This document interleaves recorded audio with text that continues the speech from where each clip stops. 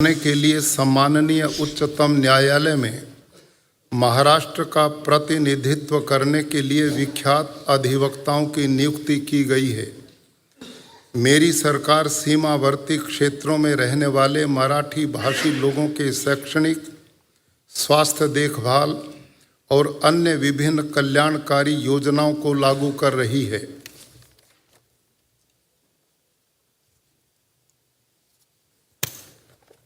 महाराष्ट्र यह प्रत्यक्ष विदेशी निवेश करने के लिए पसंदीदा राज्य है और देश का एक अग्रणी औद्योगिक राज्य होने से महाराष्ट्र देश के कुल सकल घरेलू उत्पाद में 13.5% से अधिक योगदान है। महाराष्ट्र को वर्ष 2024-25 में देश में सबसे अधिक 1,64,875 करोड़ रुपए का प्रत्यक्ष विदेशी निवेश प्राप्त हुआ है, जो भारत में प्राप्त कुल प्रत्यक्ष विदेशी निवेश के 39% है। महाराष्ट्र को 2025-26 के वित्तीय वर्ष के प्रथम छमाही में 91,337 करोड़ रुपए का प्रत्यक्ष विदेशी निवेश प्राप्त हुआ है। मेरी सरकार ने जनवरी 2026 में स्विट्जरलैंड के दावोस में हुए विश्व आर्थिक परिषद में 18 देशों की विभिन्न कंपनियों से लगभग 30 लाख करोड़ रुपयों के निवेश सहमति करार किए हैं। इससे 40 लाख रोजगार निर्माण होने में मदद मिलेगी। विकसित महाराष्ट्र 2047 के लिए एक व्यापक और नीतिगत कार्य योजना तैयार की है और राज्य की अर्थव्यवस्था को 2047 तक $5 ट्रिलियन तक बढ़ावा देने के लिए विजन मैनेजमेंट यूनिट स्थापित किया है।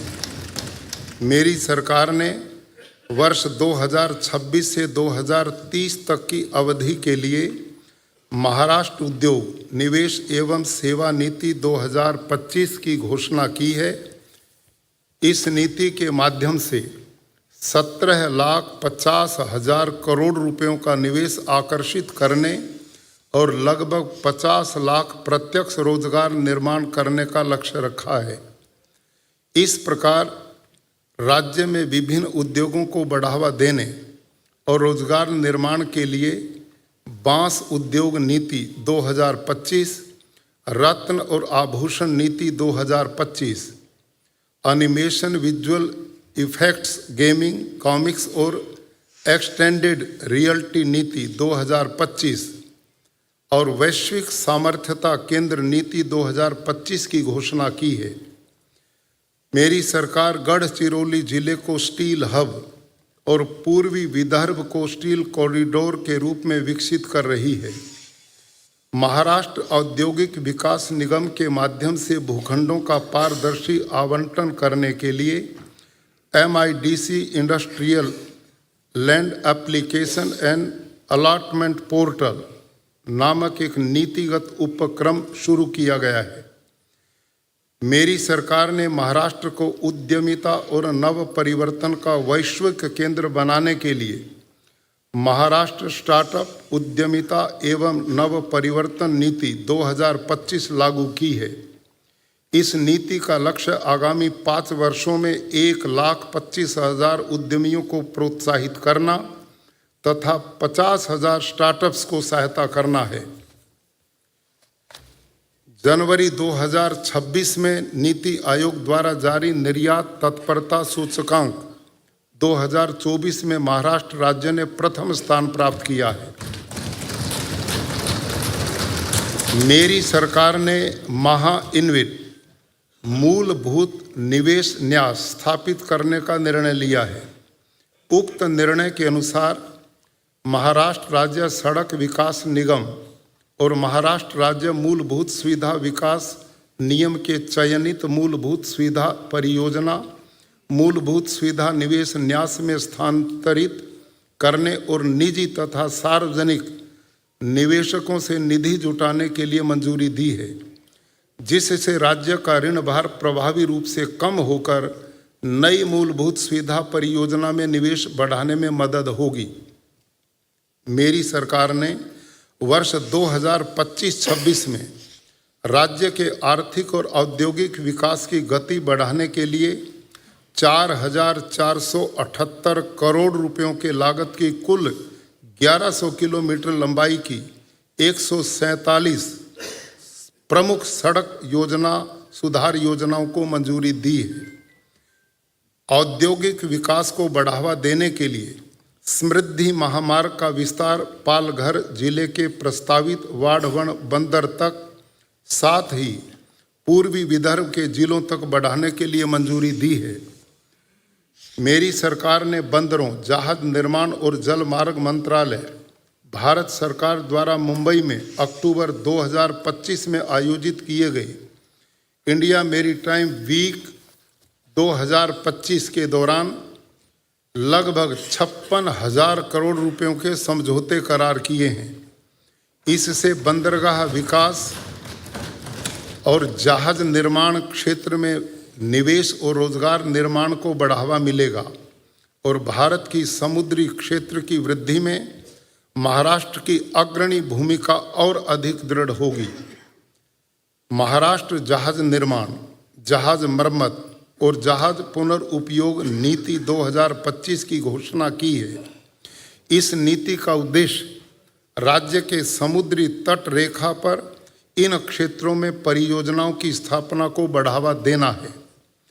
मेरी सरकार ने जीवन यापन में सुगमता और व्यापार में सुगमता की वृद्धि के लिए स्वतंत्रता पूर्व काल के अनावश्यक कानूनों को निरस्त करने और छोटे स्वरूप में अपराधों के लिए दंडात्मक प्रावधानों का अपराध मुक्तिकरण तथा उन प्रावधानों को तर्क संगत बनाने की प्रक्रिया शुरू की है।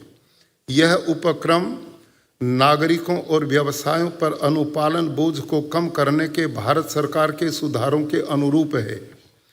एक प्राथमिक कदम के रूप में महाराष्ट्र जन विश्वास अधिनियम 2025 को अधिनियमित किया गया है। मेरी सरकार ने महाराष्ट्र धारित भूमि के विखंडन की रोकथाम और समेकन अधिनियम में संशोधन किया है।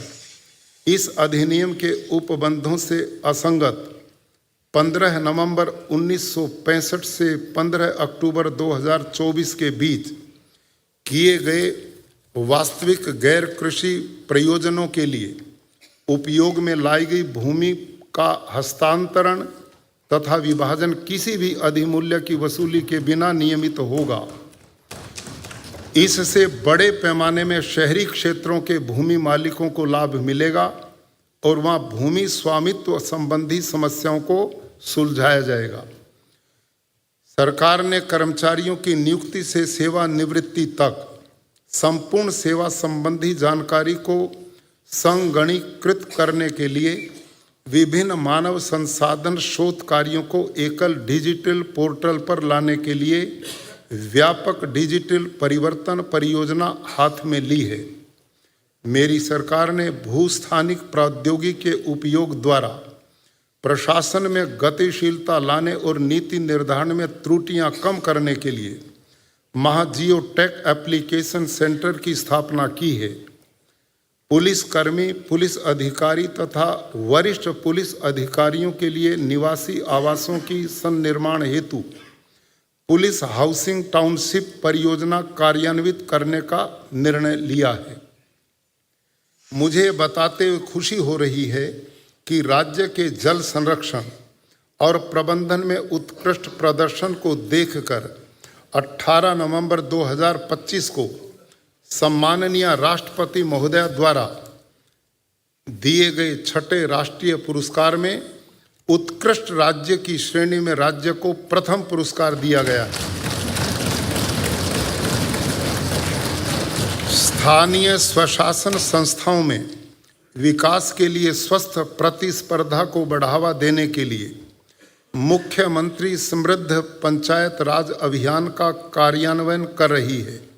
इस अभियान के अंतर्गत ग्राम पंचायत, ग्राम समिति, जिला परिषद को उनके उत्कृष्ट प्रदर्शन के लिए 5 करोड़ रुपयों तक के पुरस्कार प्रदान किए जाएंगे।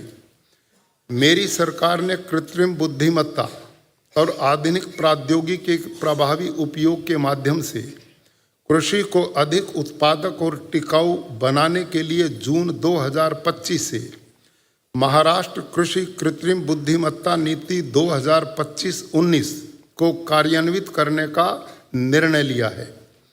मेरी सरकार प्राकृतिक खेती को बढ़ावा देने के लिए राष्ट्रीय प्राकृतिक खेती अभियान, परंपरागत कृषि विकास योजना तथा डॉक्टर पंजाबराव देशमुख प्राकृतिक खेती अभियान का प्रभावी रूप से कार्यान्वयन कर रही है।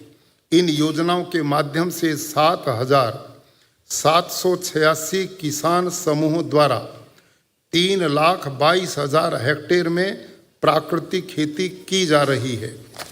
मेरी सरकार ने खेत सड़क के संनिर्माण के लिए मुख्यमंत्री बळीराजा शेत रस्ते योजना कार्यान्वित करने का निर्णय लिया है। इस योजना के अंतर्गत किसानों को उनके कृषि कार्यों के लिए जैसे बीजारोपण, फसल कटाई और कृषि उत्पादों को बाजार तक पहुंचाने के लिए मजबूत बारमाही उपयोगी सड़कें बनाई जाएंगी। सरकार ने वर्ष 2025-26 के मौसम में भारतीय कपास निगम के माध्यम से 100 लाख क्विंटल से अधिक कपास की न्यूनतम समर्थन मूल्य पर खरीद की है। मेरी सरकार ने 2,39,000 लाभार्थी किसानों से 60 लाख क्विंटल से अधिक सोयाबीन की खरीद की है।